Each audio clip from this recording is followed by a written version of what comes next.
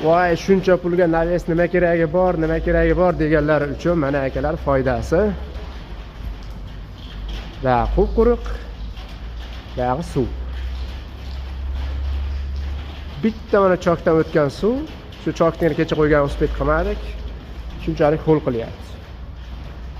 Bu taraflar esa quruq mana. Hovlida ham bemalol oyoq kiyimdan yechib ham yuraverasizlar keyin. Chotkilab yuvib tozalab qo'yilsa.